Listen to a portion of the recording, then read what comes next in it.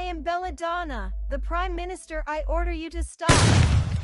A shot rings out and your son's brain stain your clothes and the floor.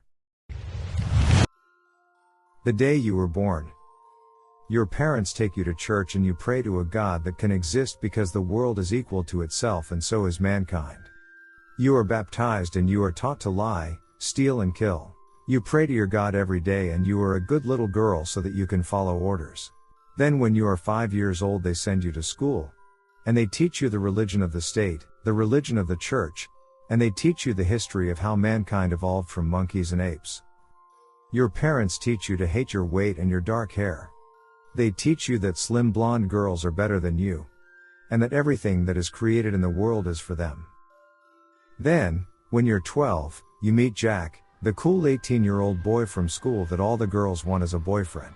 Jack takes you on dates to football games. And he buys you ice cream cones and he is so nice to you.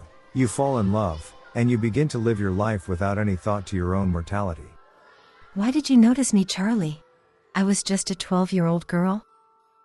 At 15 years old, your mother tells you about your biological father. Your real father. He was a soldier in a war that took place over 10 years ago. And he died because of it. You cry and cry. Because you didn't know. And you don't understand why he had to die. And why he couldn't have been there for you every step of the way. But in the back of your mind, you wish you were in the same place as him. Why you don't deserve to rest. You have dyed blonde hair. You eat only one meal a day but still, it's not enough.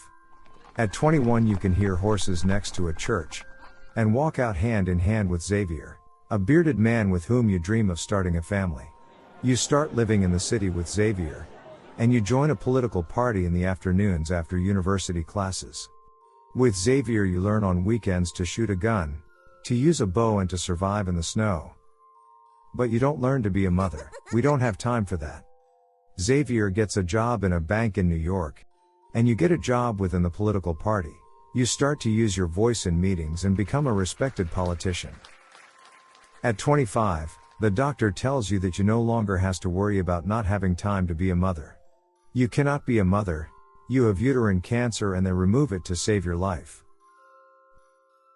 At 31, you become the first female Prime Minister of the United States of America.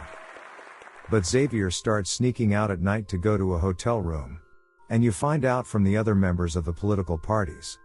You hate him for that. And you hate him for taking your time away from being a mother.